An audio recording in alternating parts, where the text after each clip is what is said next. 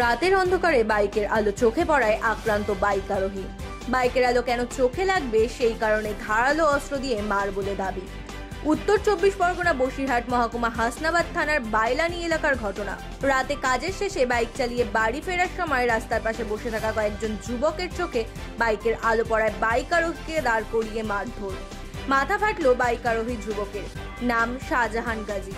মারের পর পালিয়ে যায় দুষ্কৃতীরা। স্থানীয়রা উদ্ধার করে আহত যুবককে প্রথমে স্থানীয় চিকিৎসকের কাছে এবং পরে টাকি গ্রামীণ হাসপাতালে নিয়ে যায়, কিন্তু সেখান থেকেও ডাক্তাররা বসিরহাট সুপার স্পেশালিটি হাসপাতালে স্থানান্তরিত করে। আমি মোটরসাইকেল দিয়ে বাইলানি থেকে আসছিলাম, এখন ব্যাগ ঘুরতে গিয়ে তোমার ওই 4-5 জন বসেছিল। লাইটটা আর কি লাগলো ওদের মুখে।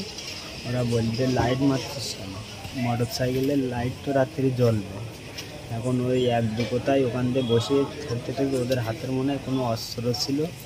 আমার রিসিভ করা এখানে ঘুষি দিয়ে মেরে দিল, দিয়ে এখানে ফেটে গেল। আমি বসে গেলাম।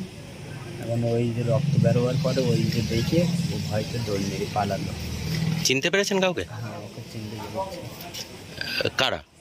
ওই তো মশপুকুরে বাড়ি। নাম করে নাম জানেন? রহিম গাজী ওর নাম, বাবার নাম দেলবার গাজী। আপনার সঙ্গে কি কোনো শত্রুতা ছিল? না, আমার সাথে শত্রু বলতে কি বলবেন, আমার সাথে শত্রু বলতে কার মনে কি আছে তার বলতে পারবো না। এখন আমি সঠিক জানি না ওর মনে কি আছে কি না আছে।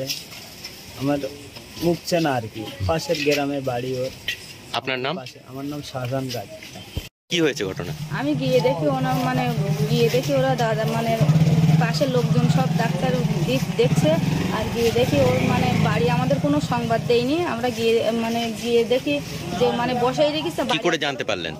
আমাদের ওখানে লোক সব জড়ো হয়ে গেছে ডাক্তারের ঘরে, তারা একজন বাড়ির আশপাশে ফোন করে দিয়েছে। তারা গিয়ে দেখি আমি যে এরকম অবস্থা। স্থানীয় লোকজনই ওনাকে উদ্ধার করে নিয়ে এসেছিল ডাক্তারের কাছে। আর তারপরে ওই সেলাই টেলাই দিয়ে আমরা নিয়ে এসেছি। থানায় অভিযোগ করেছেন? না, করবেন? হ্যাঁ করবো। আর দ্বিতীয়ত কথা, আমরা এর শাস্তি চাই যে এরকম ভাবে মারবে কেন। মোটরসাইকেলের লাইট গায়ে লাগতে পারে রাত্রি যেতে গিয়ে, তাই বলে এরকম করা তো ঠিক না। আপনার নাম? সাবিনা গাজী। আপনি ওনার কি হন? স্ত্রী।